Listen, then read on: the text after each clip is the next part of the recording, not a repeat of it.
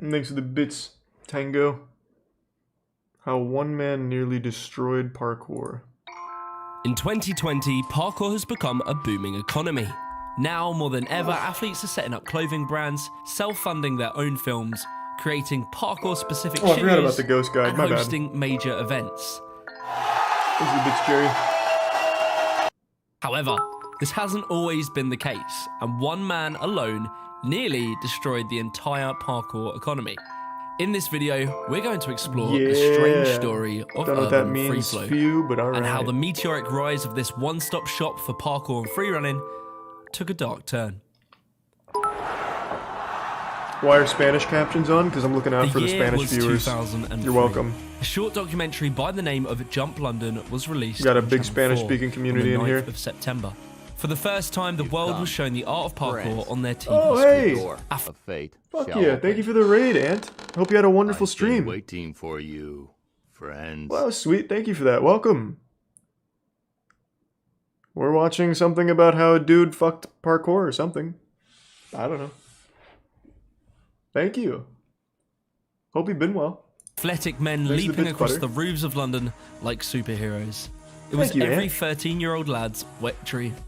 In unison, every young boy of the nation put down their Pokemon cards and head outside to replicate what they saw in the Goddamn short right. 1-hour documentary. Quick to notice the potential untapped gold mine that came along Parkour one man, was so cool. Paul Corky, Who? better known as Easy Styler. Because, well, back in 2003, you weren't a real parkour athlete or Tracer. unless you had a cool parkour name. In fact, we kind of struggle with the word parkour, That's a cool so we photo. got renamed to freerunning. But let's not get into that right now. Let's get back to Easy Styler. The former boxer saw the rising fad-like status of parkour and instantly recognized the opportunity to generate money from the Oh, is this the sport. guy who like grabbed onto the goal for him moving was car? to replicate the skateboarding business model Like, of sponsored ruined his athletes, career from it? videos, and clothing. Within the same year of Jump London being released, Easy established Urban Free Flow, also known as UF. Easy was a hard-working, smart, and very ruthless businessman. With his quick-moving and forward-thinking attitude, Urban Free Flow very quickly became the biggest and most prominent group within the scene at the time. As the rapid growth of parkour accelerated, so did Urban Free Flow. However, this wasn't to last. I think this is the guy. As the corporate structure of the group was compromised in 2005 when we Companies watched Channel House 5 dissolved earlier. Urban Free Flow for failing to properly file their accounts and pay the correct taxes. Ouch. Rough. Easy's gold mine was quickly slipping from his hands. He was no longer able to trade under the name Urban Free Flow, the very thing that he'd spent the last 2 years of his life grafting on. His hard work growing his brand was all about to go to waste. That was until one sleepless night when Easy had a eureka moment. Change the What name. if, instead of Urban Free Flow, we call ourselves Urban Free Flow? Oh, fuck, that's nuts. No, you didn't hear that wrong. Easy literally put a space in between the word free flow and then metaphorically Kong-vaulted the hurdle that was placed in his way. After an awkward conversation Damn, with his previous genius. business partner, Mark Torok, or his cool parkour name was M2, Easy was set to dominate the parkour industry, and this time he didn't need to cut the check 2 ways. UrbanFreeFlow.com was, at this point, a well-established website, with many, potentially hundreds of thousands of users, mainly known by its popular parkour forum. And for the young bucks out there, a forum is a place where, you know, cool, old-school Oh, that freerunners with hairstyle. mohawks would go and argue about parkour and freerunning are actually different sports. Anyway, Some 41 when shit. the time was right, Easy would pull out his final trump card and place it on the table. That trump card came in the form of t-shirts, more specifically the Glyph t-shirt. This was the most I don't popular recognize and that. famous shirt in the parkour community. Everyone would wear it. Easy was very smart in the way that he kept his costs down. Easy would bulk buy very cheap t-shirts. He would then go to a warehouse in China and have them create a sticker that he could heat press onto the shirts in his garage by himself. This effectively That must cost have him been next so to fucking nothing, boring. and the markup on these shirts were incredibly high. The Glyph, or Glyph, I can never remember how you're meant to say it, transcended Urban Free Flow. The Glyph itself became a symbol of parkour and freerunning. Every freerunner would wear a t-shirt with the Glyph logo on it, probably also a hoodie, a pair of tracksuits, and a wristband. Some would even go as far as to get a tattoo. And I'm not even joking. When I Google urban free flow tattoo, I got more relevant search results when I searched parkour tattoo. That's how much the symbol meant to the parkour community. Yeah, it is Forbes. In urban free flow's golden age, which you could say was anywhere between 2006 to 2011, urban free flow provided the freerunning community with a place that they could all go. Another cult? And geek out They weren't really parkour. cult-like. They just Urban did Free cool Flow shit. did everything Parkour for was the awesome. community. They hosted the Freerunning World Cup that was sponsored by Barclays, which was filmed and shown on the BBC. They created a magazine with incredible stories of parkour from all around the world and places you never knew would have even heard about parkour. Still They is. showcased I haven't the watched best in a while. It athletes probably from still around is. the world, the best spots, the best photography. They did Praise it the all, Prem Splinky. and they did it well. When YouTube became a thing, Urban Free Flow were very quick to create the now infamous Glyph Media in 2007. And this channel was filled with endless, consistent content about parkour. It was great. And then came sponsorship. Easy created the Urban Free Flow team. The team was made up of the best Raid athletes Shadow in the world, Legends, whose names would go on to be some of the most memorable personalities in parkour history. To be in the Urban Free Flow team was the most revered badge an athlete of the time could wear. So, in came the sponsorship submission tapes. Every kid wanted to be the next UFF star, as it was made out to be so glamorous. As parkour grew, so did mainstream attention, and so too did the Was marketing Urban appeal for Free companies, Flow particularly behind movies and Urban television. Ninja? Parkour they was produce a way that? to make your product or film stand I out remember from that the one really rest at a time transcended that the no one internet for a else was minute. utilizing it. And with Urban Free Flow being the first Google search result you'd They get did when you not. type the Oh. word parkour, Easy was in the money. Along with sales from his incredibly successful clothing, Easy had finally achieved the gold mine he had so long been searching for. Videos would pop up constantly of the behind the scenes of these film shoots, parkour performance There's a prime trips, burn. famously the Dubai ice cream video that has sadly since been removed, which was practically a movie of their all expense paid trip to perform parkour in Dubai. The Urban Free Flow team were living like stars, or so it seemed. Hey, As sleep more well, and more work ostrich. came Easy's way and more athletes were at Easy's disposal, Easy realized the power he held in this incredibly niche industry. If you wanted a free runner to work with you, you went to Easy. If you wanted to work as a free runner, you went to Easy. Easy held the parkour world in his hands. And for a while it worked. Easy would take young lads with incredible parkour skills and offer them to work in blockbuster films or on television. Seems This like was a good every deal. 16-year-old's dream. Everyone was happy. That was until Easy started to realize the power that he held. Easy quickly started to notice he was the sole arbiter of parkour work. People didn't have an option to work unless it was through him. Does he even And do just how parkour? glamorous Does it Easy looked to actually be in the participate? Urban Free Flow team, Easy started to realize he provided athletes with more value than they brought in. Or at least so he thought. But this couldn't last forever. Before I get into that, I want to speak a little on Easy. From conversations I've had with former UFF members, I learned that there was a day that everything changed for Easy. Easy was described by most as a positive, happy-go-lucky person. People looked up to him, and they genuinely liked him. But that all changed overnight. Easy, just like anyone else who trained the sport, loved parkour. Until he had What an a accident prank. during the filming of Jump Britain. Easy swung off a tree branch, missed the landing, and he landed on his head. He fractured his skull and he perforated his eardrum. Oof. In that instant, everything changed for Easy. People noticed this in his attitude. He'd become very nervous to do jumps. He had stopped imagine. training parkour. I The also old imagine. Easy was gone. Well, I mean, for good One reason. of the yeah, original could've members, died. John Kerr, or some will remember him don't as blame him. Kirby. He has provided me a large amount of information on this story, so many thanks to him for that. As I mentioned, Easy held the keys to parkour stunt work. However, after Jump Britain was aired, John was contacted by a film company to go and do stunt work for a film being shot in Romania. Easy grew worried that athletes might resub skip Sniper over Wolf. him as a middleman, and then go on to create their own contacts in the film True industry Forbes. and not need him anymore. So, Easy declined the job for John. Which are the due to subtitles? this I fear. don't know, man. John, Not my who fault. rightfully so was very annoyed, went behind Easy to contact the film crew directly and committed to working on the film. Easy then went a step further and demanded a cut of John's money as an agent fee, despite previously declining the work for him. Regardless, the film went ahead. One night whilst on the shoot in Romania, the studio called John into the office saying that Easy had been in contact, saying that all the payment to John needs to go through Easy. This was the final straw for John, and roughly in 2007, he left Urban Free Flow.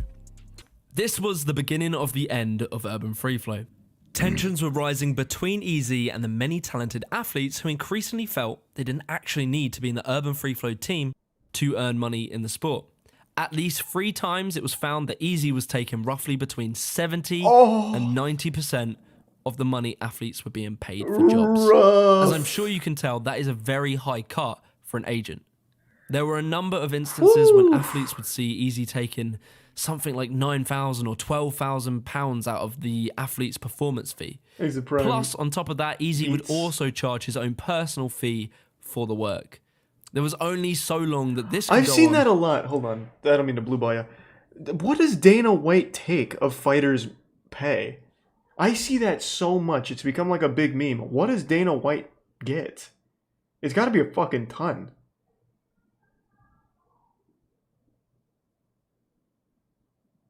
Okay, everyone's giving me different answers. I'll look. I don't even know why I'm asking. Twitch chat.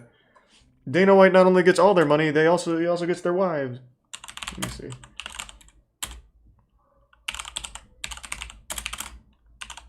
Let's see. Well, I found his net worth. That's not what I even Googled. People immediately put that there. Maybe I typed this in wrong. I just want to see what his cut is. Dana White. I know they don't get paid dick for the UFC.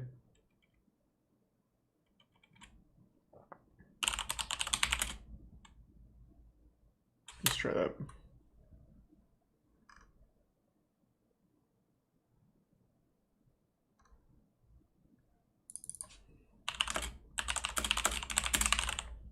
I'm having a hard time finding this.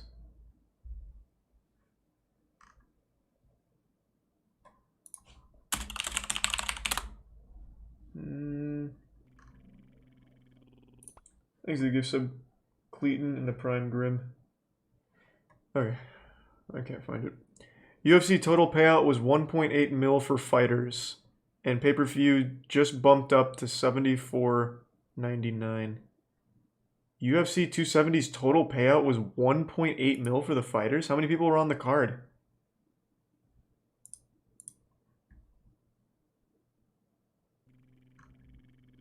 Oh, actually, don't even tell me. I just found it. That was one of the top stories. I just needed to scroll down.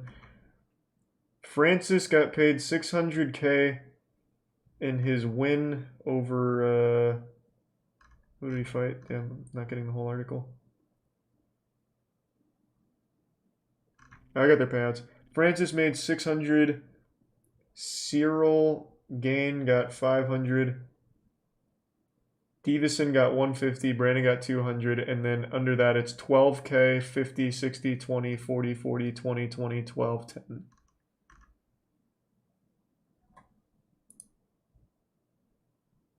Wow. That is alarmingly low for a professional sport, especially one that makes the kind of money UFC makes. Dana White has a net worth of 500 mil. And Dana White makes that, I'm assuming, mainly through the UFC buys. That's garbage. Have the fighters tried, like, fighting back? Like, hey, Dana, can you take your cock out of my butt? I'd like more pay. Have they tried, like, a negotiation or, like a fucking union? I don't even know what it would be. Something? Why would they? Because they're making peanuts for CTE. Boxers make significantly more than that. No one gives a fuck about boxing. Who's a tier 1 blunted and resub gory? Before Easy's empire would crumble. No one I spoke to was quite able to estimate how much Easy might have made. However, I do have this one quote. I have no idea. No idea how much UF made. I know that he managed to buy a Scarface mansion, in his own words, in Australia. You know, one with a massive hallway and spiral stairs either side of it when you come in. However, some estimate that he could have made more than £1 million sterling. After 2 years of leaving, John decided to rejoin. Was it the Urban Free Flow family, the memories, the nostalgia? Who knows? It was Most the people glyph you speak t-shirts. to who did train back in those days, they would speak very highly of the time that Urban Free Flow was at the top. It really had a community feeling, provided a worldwide family for these oddball kids who spent their time jumping on walls. And despite the management of the team, they really did make an incredible platform. In 2009, the second Barclaycard World Freerunning Championship took place. This was a momentous occasion. Broadcasted live on BBC Three, it had celebrity presenters. The event had approximately 8,000 people in the stands watching, and 25 of the top parkour athletes in the world. After an intense competition of cheesy parkour moves and handstands and stuff you'll never see people do these days, the winner was Tim Sheaf. What? How's that cheesy? That's turned into a cool. figurehead for the vegan movement. He then quit parkour to solely focus on veganism. He then quit veganism to solely focus. Well, I don't really know what he does now, but that may be a video for another time. However, most importantly, Tim won. And in a symbolic gesture, Tim ripped off his bright yellow Urban Free Flow shirt and threw it into the crowd. Oh, And with Steven. that, effectively marked the end of Urban Free Flow. When Tim did that, he was making a statement. He felt he no longer needed Urban Free Flow, and he could go at it on his own. And he wasn't wrong. Is that what Almost it was? half of the original Urban Free Flow team left with him. This was a massive blow, and practically took most of the team from EZ.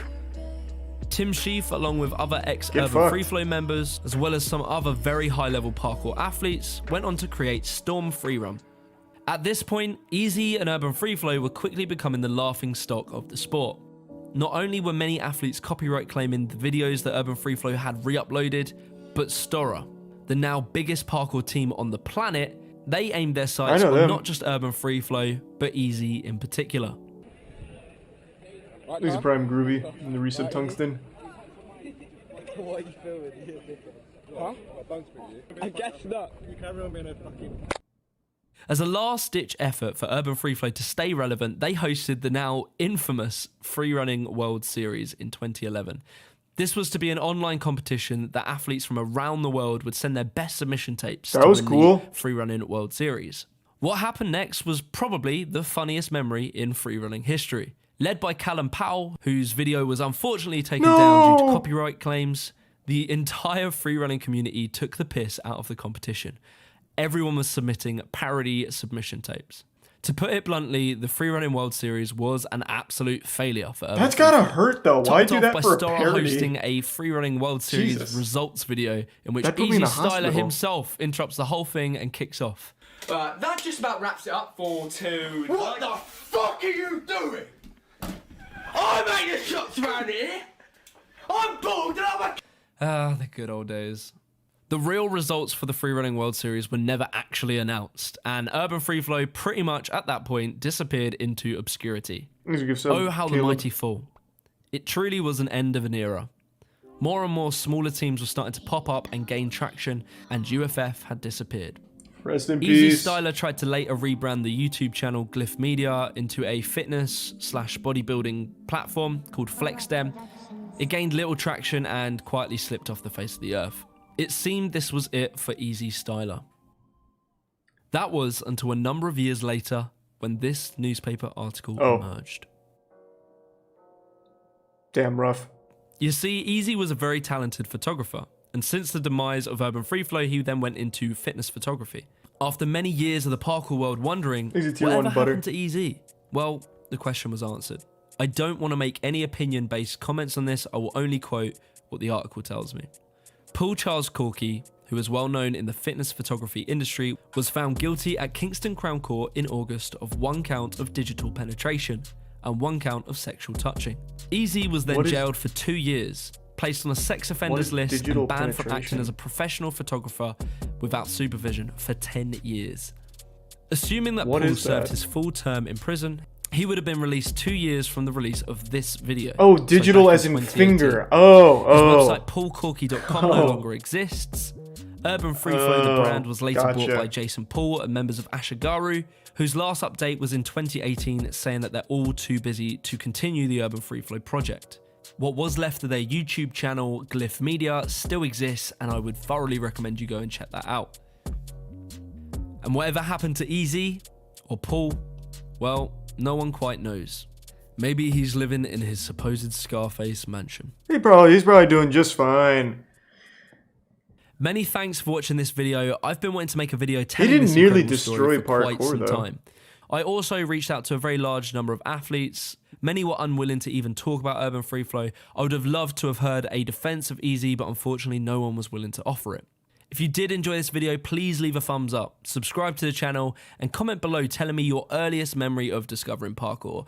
Whether you do parkour or not, I would love to hear it. Parkour was huge. Parkour was really cool. I think actually, I'd go on the opposite end. I actually think what Easy did was super important for parkour to grow. Because once they realized they didn't need an agency to represent them, they then splintered off and made their own teams which could represent each other, which might not have happened without Easy fucking them that hard. Maybe a necessary evil.